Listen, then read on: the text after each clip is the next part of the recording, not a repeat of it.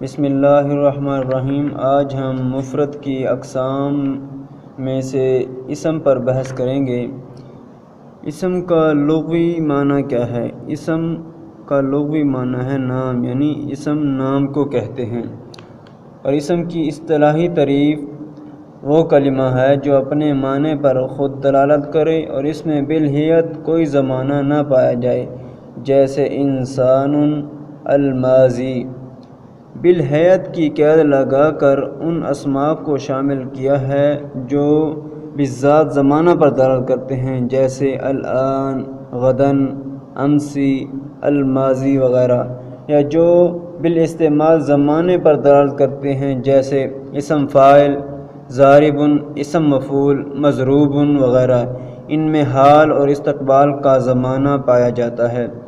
اسم کو اسم اس لیے کہتے ہیں کہ اسم کا معنی ہے بلند، تو چونکہ یہ فعل اور حرف سے بلند ہوتا ہے، اس اعتبار سے کہ اسم مسند اور مسند الیہ دونوں ہوتا ہے، جبکہ فعل صرف مسند ہوتا ہے اور حرف نہ مسند ہوتا ہے اور نہ مسند الیہ ہوتا ہے۔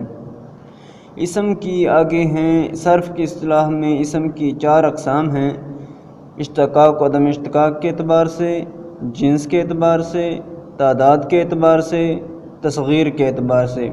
اشتقاق و عدم اشتقاق کے اعتبار سے اسم کی 3 قسمیں ہیں: جامد، مصدر، مشتق۔ جنس کے اعتبار سے اسم کی 2 قسمیں ہیں: مذکر، مؤنث۔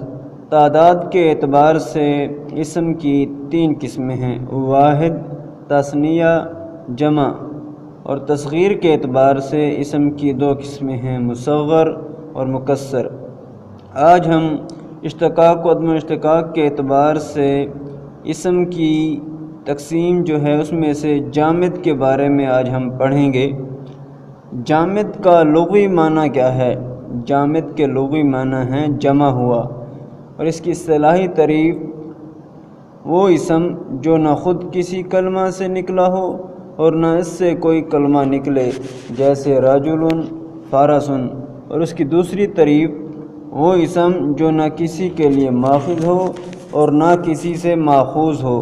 اور اس جامد کی تیسری تعریف وہ اسم جو صرف ذات پر دلالت کرے۔ جامد کو جامد کیوں کہتے ہیں؟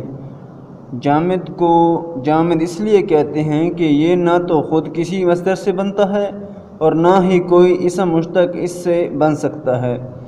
اور اسی طرح کل ہم اشتقاق و عدم اشتقاق کے اعتبار سے جو اسم کی تقسیم ہے وہ مصدر کے بارے میں اور مشتق کے بارے میں پڑھیں گے۔ السلام علیکم ورحمۃ اللہ وبرکاتہ۔